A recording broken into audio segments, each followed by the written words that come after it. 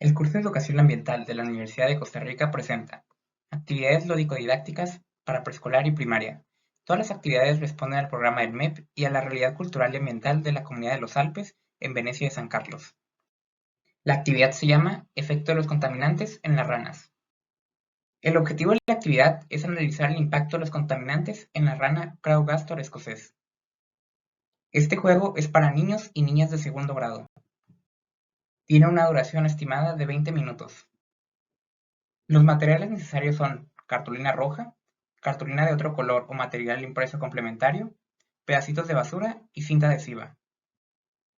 La preparación de los materiales es la siguiente. Recorta el óvalos rojos para los vientres de los estudiantes que van a representar las ranas Crowgastor escocés.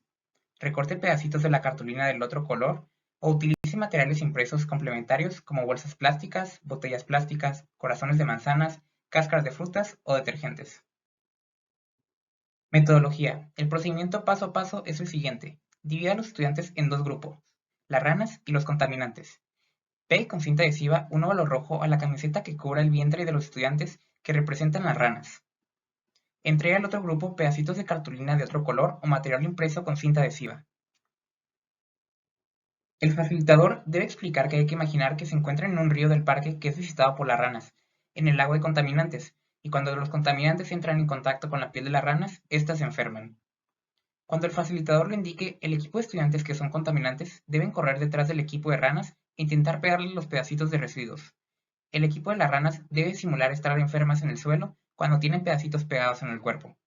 El juego termina cuando todas las ranas han enfermado. Al terminar, los niños y niñas serán capaces de entender que la presencia de contaminantes, como los residuos maltratados por los humanos, ocasionan la reducción de las poblaciones de las ranas Crowgastor escocés.